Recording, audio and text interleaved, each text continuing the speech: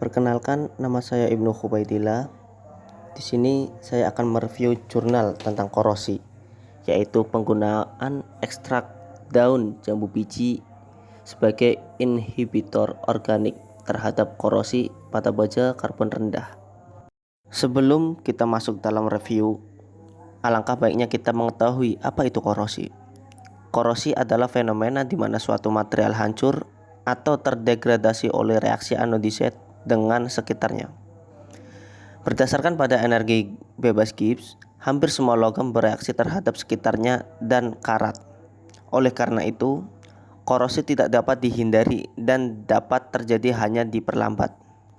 Membahas tentang inhibitor korosi. Inhibitor korosi adalah senyawa yang dapat memperlambat karat dengan membentuk lapisan film pada permukaan bahan. Inhibitor ini dapat dikategorikan secara luas sebagai inhibitor organik atau anorganik. Inhibitor anorganik adalah senyawa sintetik yang mahal dan berbahaya bagi lingkungan karena toksisitasnya. Sedangkan inhibitor organik diperoleh dari ekstraksi inhibitor korosi senyawa dalam sumber daya alam, terutama tumbuhan. Oleh karena itu, lebih terjangkau, terbarukan, dan kurang beracun. Pada penelitian ini, ekstrak daun jambu biji diuji khasiatnya, sifat penghambat korosi karena kandungan taninnya yang diketahui dapat menghambat karat. Fitokimia jambu daun biji telah menunjukkan bahwa mereka mengandung tanin sebesar 2-18%, fosfor sebesar 28 mg, besi sebesar 1,10 mg, protein sebesar 0,90 mg, lemak sebesar 0,30 gram, kalori sebesar 49 kalori, karbohidrat sebesar 12,20 gram, psititanin sebesar 9% dan air sebesar 80 gram. Tanin sebagai senyawa polifenol membawa gugus hidroksil dan lainnya, seperti karboksil, yaitu dianggap tidak beracun. Sebagai zat polifenol, tanin dapat berfungsi sebagai inhibitor korosi dengan menjalani reaksi adsorpsi dengan molekul pada permukaan logam dan membentuk lapisan film. Untuk metode penelitian, yaitu dengan daun yang dipanen dikeringkan dengan oven dan kemudian dihaluskan dengan sebuah blender. Serbuk daun biji yang dihasilkan diinkubasi dengan 3 liter etanol 70% selama 48 jam. Sampelnya adalah disaring dan filtratnya dimasukkan ke dalam rotary vacuum evaporator pada suhu 64-66 derajat Celcius selama 2 jam untuk menghasilkan sampel cairan yang kental.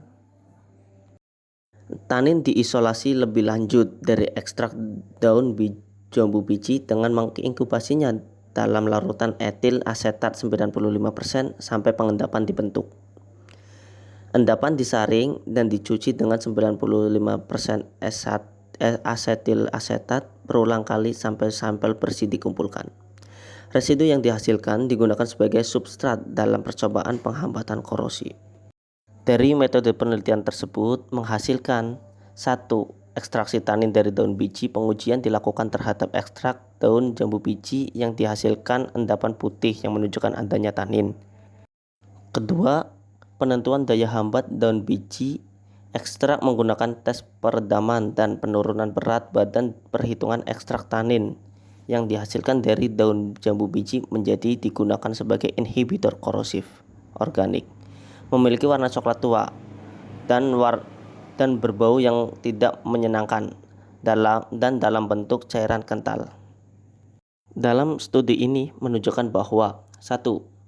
Daun jambu biji Psididium guajava bisa digunakan sebagai sumber tanin.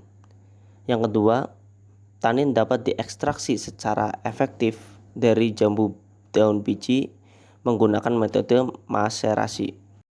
Ketiga, tanin yang diekstraksi dari daun jambu biji dapat digunakan sebagai penghambat alami. Keempat, karbon baja yang diolah dengan ekstrak daun biji yang mengandung tanin menunjukkan tingkat korosi yang lebih rendah daripada tanpa perawatan. Kelima, laju korosi karbon baja rendah yang diredam HCl 3% selama 3 hari adalah 16,8641 MPa. Dan yang keenam atau yang terakhir, penurunan laju korosi terjadi dengan adanya penambahan inhibitor dari ekstraksi jambu biji. Daun diredam dengan larutan HCl 3% selama 9 hari dengan berat inhibitor yang diperoleh 5 gram. Laju korosi sebesar 5,6214 MPa dengan efisiensi sebesar 39,31.624%. Hal ini disebabkan adanya senyawa tanin yang dapat membentuk senyawa kompleks besi. Tanin sebagai lapisan film yang melekat pada permukaan karbon rendah sehingga mengurangi laju korosi pada baja karbon rendah.